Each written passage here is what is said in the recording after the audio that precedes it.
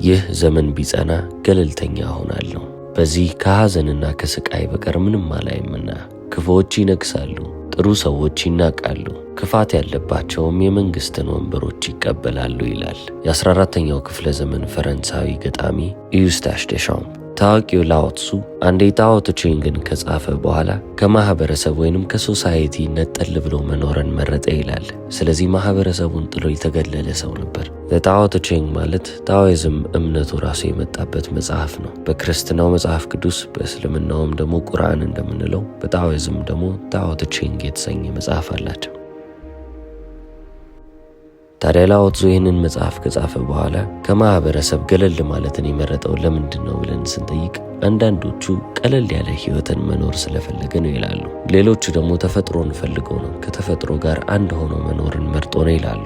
አንዳንዶቹ ደግሞ ማህበረሰቡን እየታዘበ ነው፣ ምናልባትም የማህበረሰቡ ሞራል ቫልዩ፣ የማህበረሰቡ ስነ ምግባር፣ ግብረ ገብ፣ ሁሉም ነገር እሱን እያስከፋው ስለመጣ ከዛ መነጠል ፈልገው ነው ይላሉ። ምንም እንኳን ስለሱ ህይወት ብዙ የታወቀ ነገር ባይኖርም፣ ማለትም ደግሞ ሁሉም ነገር በአቦ ሰጥ ላይ ወይንም በግምት ላይ የተመሰረተ ቢሆንም እሱ አደረጋቸው የተባሉ ነገሮች እንዳለ ብዙ ሰዎች ሲያደርጉት የተመለከትናቸው ነገሮች ናቸው። ከሱ በፊትም ይኖሩ የነበሩ ሰዎች፣ ከሱ በኋላም ይኖሩ የነበሩ አንዳንድ ሰዎች ከማህበረሰብ ነጠል ብለው መኖርን ይመርጣሉ። በእንግሊዘኛ ቃሉ the path of the hermit ይሉታል። የገለልተኛው መንገድ እንደማለት ነው። ትንሽ የሚባሉ ሰዎች ራሳቸውን ከማህበረሰብ እያገለሉ መኖር ከጀመሩ ትንሽ ሰንበትበት ሳይል አይቀርም። በታሪክም መለስ ብለን ስንቃኝ ይህንን እውነታ እንመለከታለን። አሁንም በ21ኛው ክፍለ ዘመን ላይ ሰዎች በዚህ ምርጫቸው እየጸኑ ሲሄዱ እያየን ነው። ለብቻቸው መቆየትን፣ ለብቻ መሆንን፣ ከሰው መገለልን ልክ እንዳኗኗር እንደ ላይፍ ስታይል ወይንም እንደ ኑሮ ዘይቤ ተመልክተውታል። ምዕራባውያኖቹ the concrete jungle ይሉታል። በፎቆች ጫካ ተከበዋሉ፣ እዛ ውስጥ ይኖራሉ። ከሰው ልጅ ማምለጥ አይችሉም። የሰው ልጅ ድምፅ ሁሌም ቢሆን አለ። ይሄ ጫጫታ ያለውም ህይወት ለኔ ህይወት ምንም እያመጣልኝ አይደለም እያሉ የሚያስቡም ይኖራሉ። ታዲያ አሁን ሰዎችን ሄርሜት እንዲሆኑ ያስገደዳቸው ነገር ምንድን ነው? ገለልተኛ እንዲሆኑ ያደረጋቸው ምንድን ነው? ከሰው ገለል ብሎ መኖርስ በህይወታችን የሚጨምርልን ነገር አለ ወይ? በመጨረሻም ልክ እንደ ሄርሜቶቹ እኛስ በዚህ ዘመን ገለል ብለን መኖር እንችላለን ወይ? ዛሬ በዚህ ቪዲዮ እነዚህን ጥያቄዎች እንመልሳለን። ይህንን የገለልተኛ ኑሮ the philosophy of the hermit ይሉታል። የገለልተኛው አመለካከት ወይንም ፍልስፍና እንደማለት ነው። hermit የሚለውን ቃል ጉግል ላይ ብጽፉት አንድ ሰው ለብቻው መሆንን ሲመርጥ ነው። ብዙ ጊዜ ለመንፈሳዊ ምክንያቶች ነው ይላል። በታሪክ ወደ ኋላ ተመልሰን ለመጀመሪያ ጊዜ ሰው ልጅ ራሱን ማግለል የጀመረው መቼ ነው ብለን ብንመለከት ትክክለኛዋን ሰዓት አግኝተን ይኸው በዚህ ወቅት ነው ልንል አንችልም። ወደ ህንዶቹ ብንሄድ the Upanishads የተባለውንም ጽሑፍ ብናነበው ራሳቸውን ገለል አድርገው መኖርን የመረጡ ብዙ ህንዶች እንደነበሩ ይገልጻል። ወደ ክርስትናውም ዓለም ስንመጣ the desert fathers and mothers የሚባሉ ነበሩ። የበረሃ አባትና እናቶች እንደማለት ነው። ይህም ስም የተሰጣቸው ራሳቸውን አግልለው በበረሃ ውስጥ ይቀመጡ ስለነበር ነው። ዓለም ላይ ታዋቂ የሚባሉ ፈላስፋዎችም ይህንን የሄርሜት ፊሎሶፊን ሲቀበሉና በህይወታቸው ሲተገብሩ ተመልክተናል። ለምሳሌ ሄንሪ ቶሮ ሴሚ ሄርሜት ላይፍ ስታይል ይኖር የነበረ ፈላስፋ ነው ይላሉ። ብዙ ጊዜ ገለል ይላል፣ አልፎ አልፎ ግን ከማህበረሰቡ ጋር ታዩታላችሁ። ታዲያ አሁን የታሪክ መዝገቦች እንደሚናገሩት ከሆነ ይህ የገለልተኛ ሰው ህይወት የተለመደ እንደነበርና አሁንም ድረስ ሳይጠፋ እየሄደ ያለ ባህል እንደሆነ ተመልክተናል። ታዲያ አሁን ወደ ሁለተኛው ጥያቄያችን ማለፋችን አይቀርም። ሰው ለምንድን ነው ገለል ብሎ መኖርን የመረጠው? ከዚህ አኗኗር ምንም ያተርፈው ነገር አለ? ይህንን ጥያቄ ለመመለስ የምንጠቀመው አንድ መጽሐፍ አለ። ሄርሜትስ ይሰኛል። በፒተር ፍራንስ የተጻፈ መጽሐፍ ነው። ስለ ብቸኝነት ያወራል። ብዙዎች ለብቻቸው መሆንን ሲመርጡ ወይንም ሶሊቲዩድ በሚባለው ብቸኝነትን መውደድ የሚባለው ጽንሰ ሐሳብ ራሱ በአብዛኛው መነሳት የሚጀምረውና ሰዎችም ይህንን ነገር የሚከተሉት መንፈሳዊ የሆነ ጥያቄያቸውን ለመመለስ እንደሆነ ይገለጻል። ለምሳሌ ታኦይስት ሄርሜቶቹ ለታኦ ቅርብ መሆን ስለፈለጉ ነው። አንዳንዶቹ ደግሞ በማህበረሰብም የተገፉ አሉ። ለምሳሌ ማህበረሰባችሁን ስትመለከቱት እምነት ሲበከል፣ እሴትና ዋጋ የሚባለው ነገር እየጠፋ ሲመጣ፣ ባህላችሁን አስጠብቃችሁ መሄድ ሲከብዳችሁ፣ የዛኔ በማህበረሰብ ቅር እየተሰኛችሁ ትመጡና እኔ የዚህ አባል መሆን አልፈልግም ብላችሁ ራሳችሁን ማግለል ትጀምራላችሁ። ላኦትሱ ለዓለም ጀርባውን የሰጠበት ምክንያት ይሄ ነው ብሎ የሚከራከሩ ብዙ ሰዎች አሉ። ስለዚህ አሁን እዚህ ጋር ከገለልተኝነትም በላይ ሄርሜቶቹ አንድ ፐርሲው ያደረጉት ነገር ነበረ፣ ዓለምን መካድ ወይንም ለዓለም ጀርባን መስጠት። ይህ ማለት ይህንን ነገር ከዚህ በኋላ አልቀበልም እንደማለት ነው። ሄርሜትም ሲባል ገለልተኞች ብቻ እንዳልሆኑ ማመልከቻ ነው። ዓለምን መቀየር እንደማይችሉ ይገባቸዋል። ስለዚህ ራሴን ከዓለም እያራኩ ብመጣስ ብለው ማመንን ይጀምራሉ። እነሱን እየገፋቸው የሚመጣ ብዙ አይነት እውነታ ሊኖር ይችላል። ማጭበርበር ወይንም ደግሞ ሙስና፣ ክፋትን በማህበረሰብ ውስጥ እየተመለከቱ ሲመጡ፣ በገዢው አካል ደስተኛ ሳይሆኑ ሲመጡ፣ የሞራል ውድቀትም አለ ብለው ሲያስቡ በቃኝ እስካሁን ያየሁት ይበቃል ብለው መሸሽን ይመርጣሉ። ወይንም ራሳቸውን ማራቅን ብለው መሸሽ ፍርሃትን ስለሚያመለክት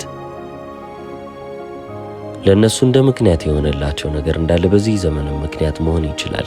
ነገር ግን እዚህ ጋር አንድ ነገር እንጨምር ቢባል ሁሉም ሰው የሆነ ነገርን ማሳካት የሚፈልግበት ጊዜ ላይ ደርሰናል። ይሄ ራሱን የቻለ አንድ ችግር ሆኖ የሚታይበት ክፍለ ዘመን ነው። ስልካችሁን ከፈት አድርጋችሁ ዓለም ላይ እየተፈጠረ ያለውን ነገር ብትመለከቱ በጣም ታላላቅ የሚባሉና ሀያል የሚባሉ ሀገሮች ራሳቸውን ውጥረት ውስጥ ከተዋሉ።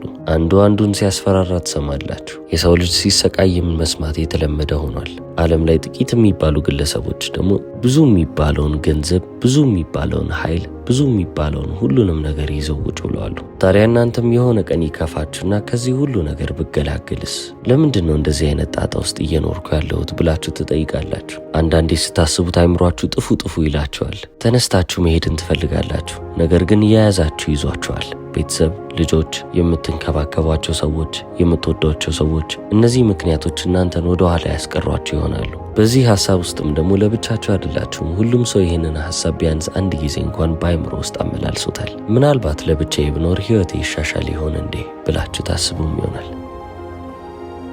በታሪክ መለስ ብላችሁ ብዙ ሄርሜቶችን ብትመለከቱ ብቸኝነት ነው የኔ መፍትሄ፣ በዛ ህይወት ውስጥ ነው ሰላሜን ማገኘው ይላቸዋል። በከተማ ህይወት ውስጥ የተዋጡ ሰዎችም ወደ ሄርሜቶች እየሄዱ እስቲ መፍትሄ ስጡኝ፣ እንዴት ነው እንደዚህ ሰላም ልታገኙ የቻላችሁት እያሉ ይጠይቃሉ። ያው ከተማ ውስጥም ሆኖ ገለልተኛ መሆን ካለ መፍትሄውን ለመፈለግ ይመስለኛል። አሁን ታዲያ የሰው ልጅ ሶሻል አኒማል ነው። መነጠል፣ ከማህበረሰብ መገለል የሚባለው ነገር ቅጣት የነበረበት ጊዜ ነበር። የሰው ልጅ አብሮ የሚኖረው ለመትረፍ ሰርቫይቭ ለማድረግ ስለነበር ማለት ነው። ታዲያ የሰው ልጅ ሶሻል አኒማል ከሆነ ብቸኛ ሆኖ ምን ሊያተርፍ ይችላል? ለብቻውስ ምን ሊያመጣ ይችላል? ሰዎች በጋራ ሆነው ከሚያመጡት ነገር በላይ ምን አይነት ነገርን በህይወቱ ሊመለከት ይችላል እንላለን። ብዙ ጥናቶች እንደሚያመለክቱት ግን የሰው ልጅ ለብቻው ሲሆን ከሰው ልጅ ገለል ሲል የተሻለ ውጤቶችን እየተመለከተ እንደሚመጣ እንመለከታለን። እስፔሻሊ ደግሞ ጆይ በሚባለው ወይንም እርካታና ዘላቂ ደስታ በሚባልበት መንገድ ላይ። ኢንተርኔት ላይ አንድ ዜና ሰምታችሁ ሊሆን ይችላል። ክሪስቶፈር ናይት የሚባል አንድ ግለሰብ ነበር። ለ27 ዓመታት ከሰው ልጅ ሸሽቶ መኖርን የመረጠ ግለሰብ ነበረ። የዜና አውታሮቹ እንዲህ ብለው ዘግበውታል። ክሪስቶፈር ናይት በመጨረሻም ታሰረ፣ በቁጥጥር ስር ዋለ። ከ27 ዓመታት በኋላ የሰው ልጅን አግኝቶ አያውቅም። ምግብ ከየት ነው የሚበላው ካላችሁ ሰመር ካምፖች አካባቢ ምግቦችን ይሰርቅ ነበር። ፖሊስም ይህንን ግለሰብ ያሰረበት ምክንያት በስርቆቱ የተነሳ ነው። ስለሱ እስር ሲዘገብ ሁሉም ነገር ግልብጥብጥ አለ።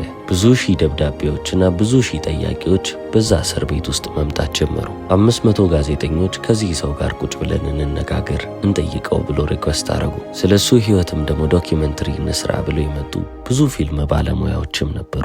አንዲት ሴትም ይህንን ሰውዬ ካላገባው ብላ ፕሮፖዝ አረገች ወይም የጋብቻ ጥያቄ ጠየቀች ይላል ዜናው። ታዲያ በክሪስቶፈር ናይት ህይወት ዙሪያ የተሰራ ወይንም ደግሞ የተጻፈ አንድ መጽሐፍ አለ። The Stranger in the Woods ይሰኛል። በ27 ዓመታቶች ውስጥ እዛ ደን ውስጥ እዛ ጫካ ውስጥ ያደረጋቸውን ነገሮች ህይወቱን በአጠቃላይ የተቃኘበት መጽሐፍ ነው። ክሪስቶፈር ከሶሳይቲ ወይንም ደግሞ ከማህበረሰብ ነፃነትን እንዳገኘ ይነገራል። የትም ቦታ ሊገኝ የማይችልና ሊገለጽ የማይችል ኢነር ፒስ ወይንም ውስጣዊ ሰላም ይለዋል። ከተፈጥሮ ጋርም ደግሞ ወጣ ያለ በጣም ጥብቅ የሚባል ግንኙነት ወይንም ኮኔክሽን እንደመሰረተ ይነገራል። በአጠቃላይም 27 ዓመታትን ከሰው ዘር በሙሉ ተነጥሎ ሲኖር ያንን ህይወት ጆይፉል ኤክስፒሪየንስ ወይንም ደግሞ ደስታ ያለበት ተሞክሮ ይለዋል። እንደዚህ አይነት ስም የሰጠ ሌላም ፊሎሶፈር አለ፣ ሄንሪ ዴቪድ ቶሮ። ለብቻው መሆን የሚፈልግ ሰው እንዳለ ይቺን ኢነር ፒስ ፈልጓት ወይንም ደግሞ ይቺን ውስጣዊ ሰላም ፈልጓት ነው የሚሄደው። ዓለም ላይ ያሉ ሄርሜቶችንም ከተመለከታችሁ ከማህበረሰብ ጫጫታ ከማህበረሰብ ሁካታና ድምፅ ነጠል ብለው ከተፈጥሮ ጋር ተቀራርበው መኖርን የሚፈልጉ ሰዎች ናቸው። ገለል ብሎ የሚኖርን ሰው ከተመለከታችሁ ስለዚህ በደንብ ይነግራቸዋል። ኑሯቸው በአጠቃላይ እዚህ ላይ ይመሰረታል። ኑሯቸውም በዚህ መንገድ ስለሆነ በአብዛኛው ጊዜ የስፒሪቹዋል ላይፋቸው ወይንም ደግሞ መንፈሳዊ ህይወታቸው ተራ ከሚባሉት ግለሰቦች የተሻለ ወይንም ላቅ ያለ ደረጃ ላይ የሚገኘው ለዚህ ነው። ለአንዳንዶቹ መንፈሳዊ ህይወት ብቻ አይደለም፣ በአጠቃላይም የማሰብ ክህሎታቸውን እየጨመሩ እያሳደጉ የሚመጡበት መንገድ ነው። ታዋቂው ፈላስፋ ሾፐንሃወር ሄርሚት ባይሆንም እንኳን ብዙ ጊዜ ከማህበረሰብ መነጠልን ይመርጥ ነበረ። ለብቻው በመቀመጥ የሚያስባቸውን ነገሮች፣ የሚጽፋቸውን ነገሮች፣ ሁሉንም ነገር ለብቻው ማድረግ ይወዳል። በፍልስፍናው ዓለም ውስጥ ብዙ ስራዎችን እያበረከተ ሊመጣም የቻለው በዚህ መንገድ ይመስለኛል። ሌላኛው ፈላስፋ ፍሬድሪክ ኒትሼም ይህንን መንገድ ይጠቀመዋል። ለብቻው መሆንን ፍልስፍናውን የማጠንከሪያ አንዱ መንገድ አድርጎ ይመለከተዋል።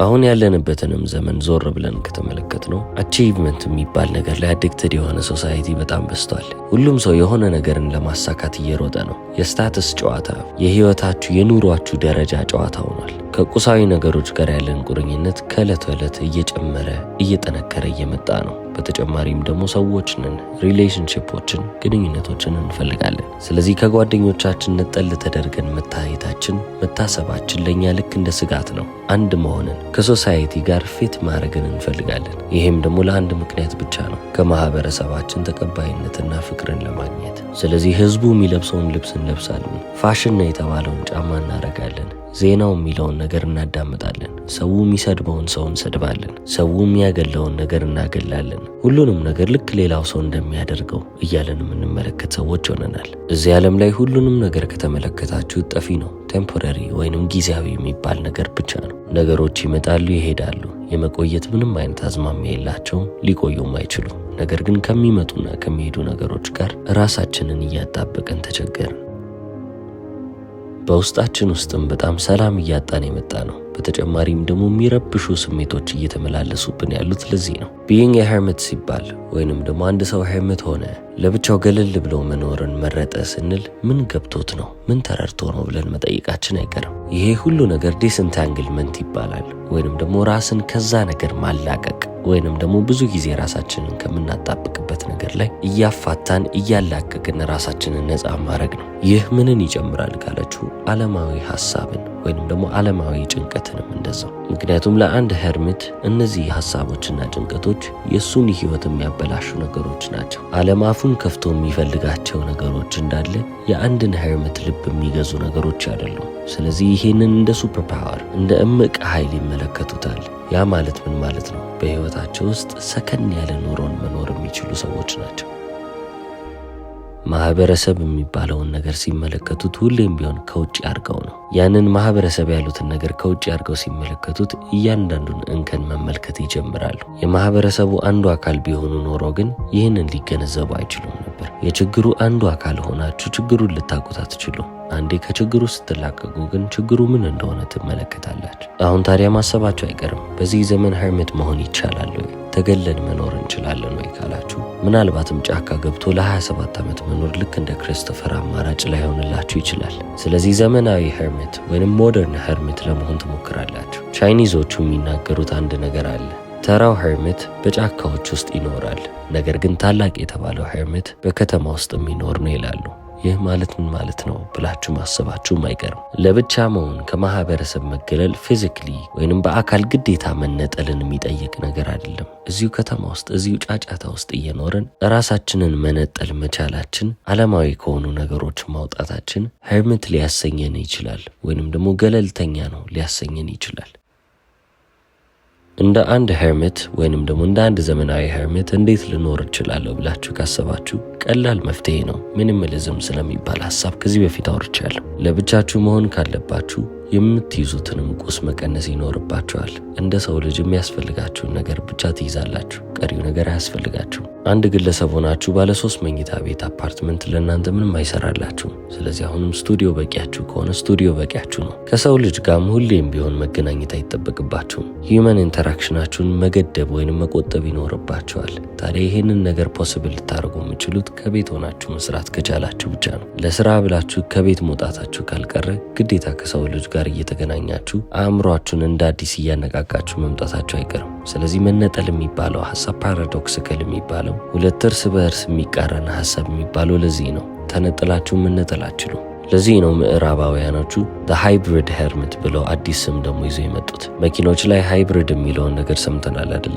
አንድ መኪና በነዳጅም በኤሌክትሪክም የሚሰራ ከሆነ ሃይብሪድ ይሰኛል። ምዕራባውያኖቹ ደግሞ በሄርሚት ኮንሰፕት ውስጥ ይህንን ሃይብሪድ የሚባል ነገር ይዘው መጡ። ይህ ማለት ምን ማለት ነው? በዩኤስ እና በሌሎች በሰለጠኑ ሀገራቶች ውስጥ የተለመደ ሪሞት የሚባል ስራ አለ። ስራችሁን ከቤት ሆናችሁ በኮምፒውተራችሁ ላይ መጨረስ ትችላላችሁ። ምግብ ከፈለጋችሁ እዛው ታዛላችሁ ይመጣል። ልብስ መግዛት ከፈለጋችሁ ወጥታችሁ የሰው ልጅን ማግኘት የለባችሁም። አሁንም ኦንላይን ታዛላችሁ። ሁሉም ነገር ዲጂታል ስለሆነ ባንኪንግ ሲስተም፣ ግብር ሲከፍሉም በኦንላይን ነው። ስለዚህ እሱም ኦንላይን ከሆነ የሚፈልጉትን ነገር ለመግዛት በስልካቸው ላይ የሚፈልጉትን ነገር ማዘዝ የሚችሉ ከሆነ የሰው ልጅን ማግኘት ግዴታ አይሆንባቸውም። ለዚህ ነው ይህንን መንገድ ሃይብሪድ ሄርሚት ያሉት። እዚህ ሀገር ውስጥ ለሚኖር ሰው ብዙም ተግባራዊ ላይሆን ይችላል፣ ምክንያቱም እንደ ምዕራባውያኖቹ አልሰለጠንም። ነገር ግን አሁንም ከሰው ገለል ማለት የምንችልባቸው ብዙ አጋጣሚዎች አሉ። እንደዚህ አይነት አኗኗር እናንተን የሚማርካችሁ ከሆነና የበለጠ ሰላም የምታገኙበት ከሆነ ለምን አትሞክሩት? እስከ መጨረሻው ስለተከታተላችሁ አመሰግናለሁ። ቻው።